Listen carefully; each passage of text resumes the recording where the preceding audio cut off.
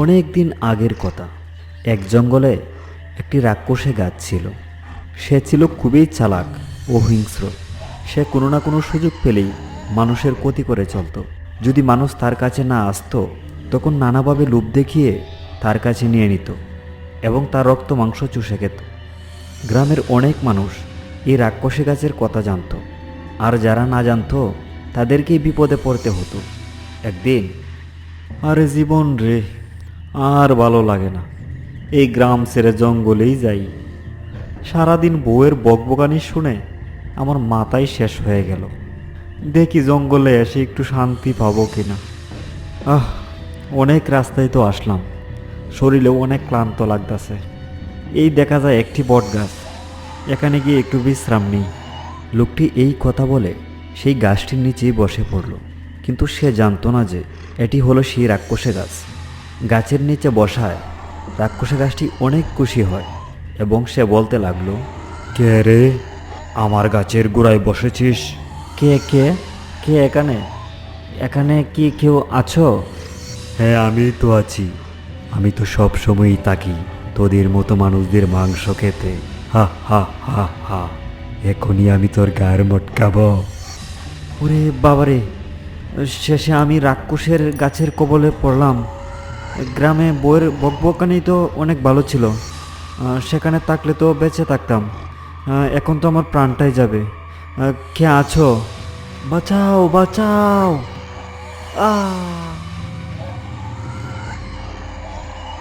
গ্রামের মানুষ যখনই গাছের কাছে আসতো, তখনই রাক্ষসে গাছ তার খাবার বানিয়ে নিত।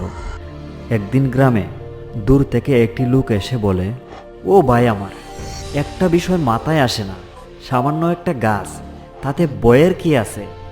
ও তাই না ভাই, আমার যাওয়ার দরকার নাই, তুমি যাও, তোমার তো অনেক সাহস দেখছি।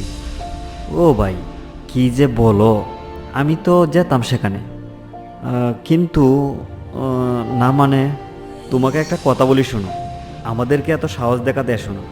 আরে ভাই, কথাগুলো তো শুনে যাও। আরে না ভাই, তোমার কথা শোনার কোনো দরকার নাই। তোমার কথা রাক্ষসে গাছের কাছে গিয়ে আর মরতে চাই না, আমি চললাম। আরে কদ্দুর যে, কোথায় যাচ্ছিস? আরে বন্ধু বলিস না, একটা দরকারে শহরে যেতে হবে। দেখিস বলেও সেই জঙ্গলের রাস্তা দিয়ে যাস নে। আমার কি মাথা খারাপ হয়েছে?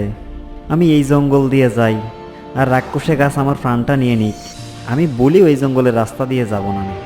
আচ্ছা ঠিক আছে, খুব সাবধানে যাস। জঙ্গলে মানুষ না যাওয়ায় রাক্ষসে গাছের খাবারও তো আর জুটে না। আরে এই জঙ্গলের আবার কি হয়ে গেল? এখন জঙ্গলে কোনো মানুষই আসে না। কতদিন যে হয়ে গেল কোনো মানুষের মাংস খাই না। এমন হয়নি তো আবার আমার ব্যাপারে গ্রামবাসীরা জেনে গেছে? আচ্ছা, অপেক্ষা করতে থাকি, দেখি কাউকে পাই কি না। হা হা হা হা। আরে, আমি মনে হয় পথ ভুলে গেছি। দেখি এই জঙ্গলের ভিতর দিয়ে কোনো রাস্তা পাই কিনা। কেন যে এই জায়গায় আত্মীয় করতে গেলাম, কোনো বুঝে আসে না। আরে, এই গভীর জঙ্গলে গাছের নিচে এত স্বর্ণ অলংকার আসলো কোথায় থেকে? অনেক দিন পর মনে হয় আমার ভাগ্যি খুলেছে।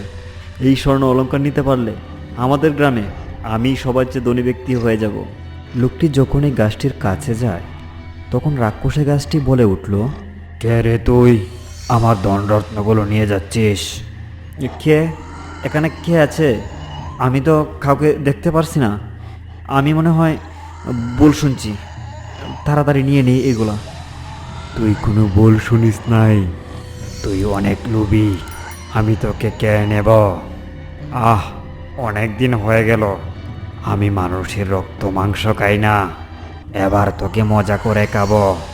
আহ আহ আহ আহ আহ আহ। ও মা, এ দেখছি সত্যি সত্যি রাক্ষসে গাছ। আমাকে মেরো না, আমাকে মেরো না প্লিজ, বাঁচাও বাঁচাও বাঁচাও। তাহলে বন্ধুরা, আমরা এই গল্পটি থেকে যে বিষয়টি শিখলাম, আমাদের কখনো বেশি লোভ করা উচিত না।